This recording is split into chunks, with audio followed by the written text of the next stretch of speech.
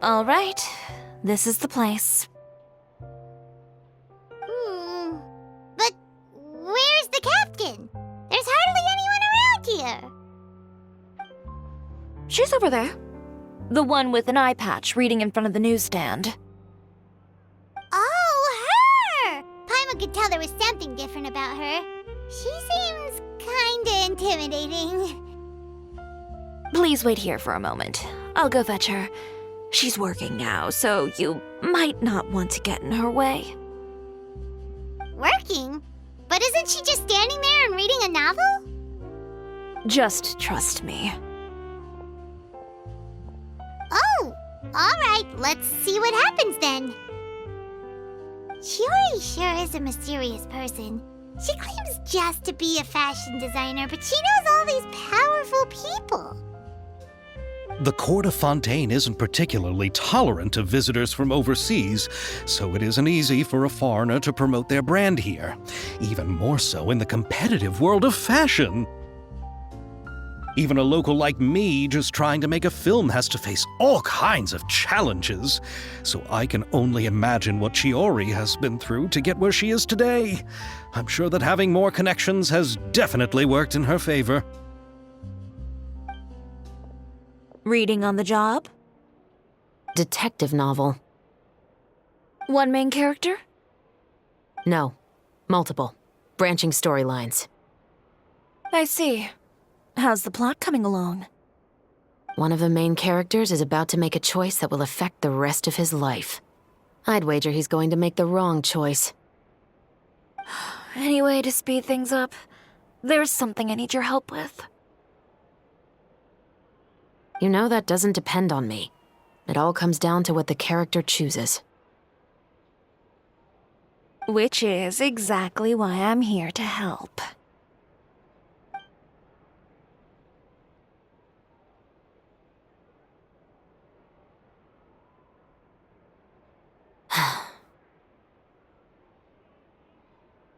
All right.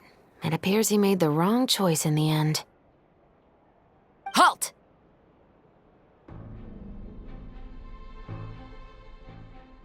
Huh? What's going on? Hand over whatever you're holding. Oh, it's just a book. I didn't buy anything else. Then I'm sure you wouldn't mind letting me have a look. Excuse me, officer. I don't mind you standing around here, not purchasing anything, but I'd prefer if you didn't disturb my customers. It's bad for business, you know. Don't give me that act. You won't be able to get off so easily either. I am Chevreuse, captain of Fontaine's Special Security and Surveillance Patrol. I will say this one last time. Hand over whatever you're holding at once. And before you do anything unwise, let me remind you that I'll have you on the ground before you can even think about making a run for it.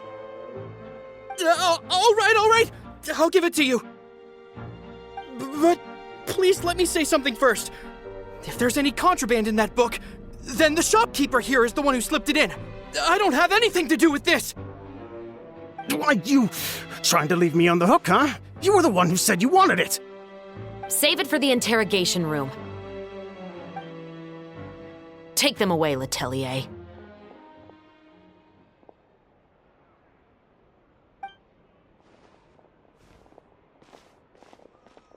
What's going on here? 1 second you're reading a book and the next you're escorting people away. And who are... Oh!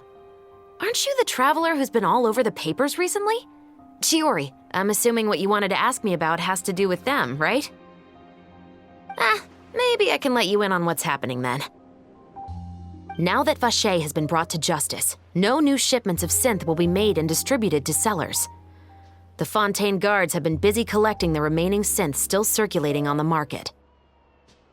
Thanks to a tip from our reliable source here, this should be the very last batch. Oh, so you were pretending to read a book in order to catch the bad guys. Oh, Paimon almost forgot to introduce ourselves. Paimon is Paimon, and this is the Traveler and Xavier. Hey, I'm Chevreuse. You probably already heard me introduce myself, so I won't bother repeating it. Yeah, Why didn't you make a move as soon as you had the chance?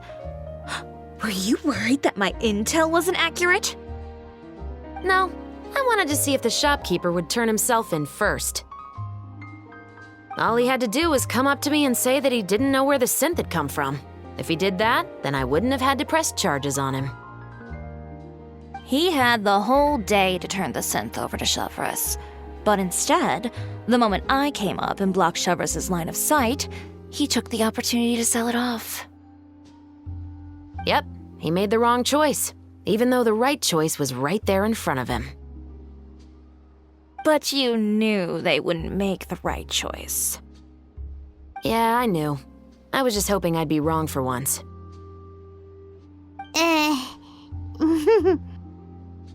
Enough about that, though. What did you want to ask me about? Oh, you see, it's like this.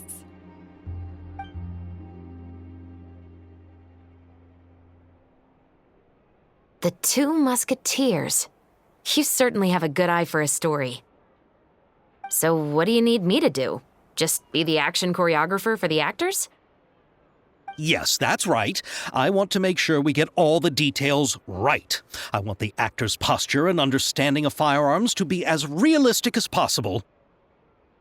However, I'm afraid this work will require a bit of your time, since you'll have to be present whenever we're filming.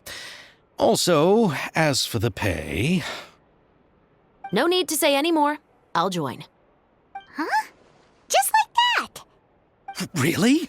You're willing to help us with our humble film project? Sure, it's no big deal. As I said, we've wrapped up our investigation here, so I don't have any other tasks on my plate for the moment. Besides, I personally really like this novel. I even have the collector's edition at home. Stories where justice prevails over evil never get old for me. Then we've got a deal? Yes, I'll see you on set tomorrow. Oh my! I can hardly believe it! I should tell Lady Farina immediately. Oh, and I must tell the prop manager and lighting technician to get everything ready. We start filming tomorrow! Calm down, Xavier. The film is going to take more than just a day to finish. Still, I should also head back now and start preparing the actors' costumes and makeup. Guess that's it for today, then. Traveler, Paimon, please stay for a moment. I have something to tell you. Then I'll take Xavier back. Poor thing. He's so excited that he can't even walk straight anymore. I don't want to spend our first day fishing our producer out of the fountain. He'd better.